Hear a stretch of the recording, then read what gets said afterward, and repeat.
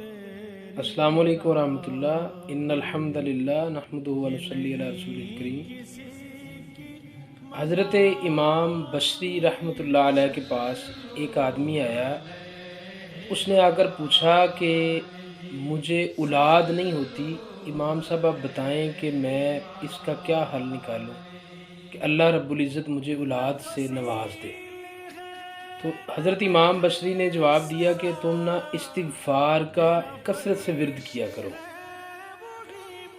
اب ایک دوسرا آدمی پھر آیا، اس نے کہا کہ ہمارے علاقے میں امام صاحب بارش نہیں ہوتی، اب بتائیں کہ ہم اس کا کیا حل نکالیں، بارش ہونی چاہیے، بڑا مسئلہ ہے، قحط پڑا ہوا ہے۔ تو امام صاحب نے فرمایا کہ آپ استغفار کا کثرت سے ورد کیا کریں۔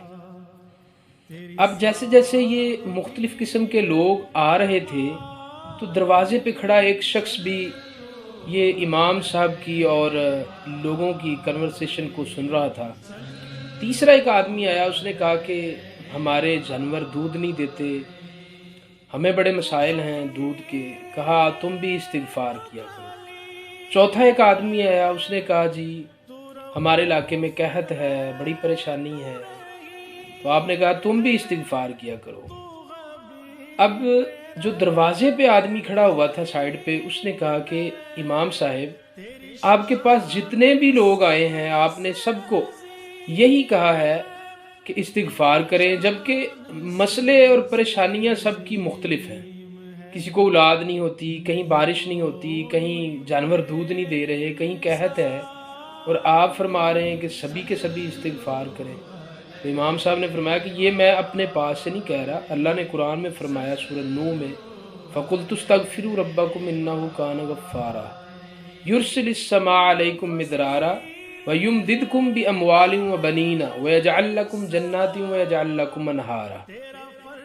اس میں ایک آیت ہے فَقُلْتُ اسْتَغْفِرُوا رَبَّكُمْ، کہ اگر تم استغفار کرتے ہو تو اللہ تمہیں اولاد بھی دے گا، مال بھی دے گا، بارشیں بھی برسائے گا، دودھ کی نہریں بھی بہا دے گا۔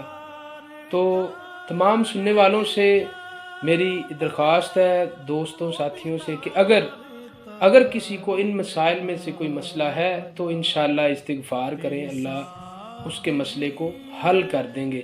یہ استغفار نبی صلی اللہ علیہ وسلم بھی دن میں 70 مرتبہ کیا کرتے تھے، تو ہمیں بھی کثرت سے کرنا چاہیے تاکہ ہمارے تمام مسائل جو ہیں وہ حل ہو جائیں۔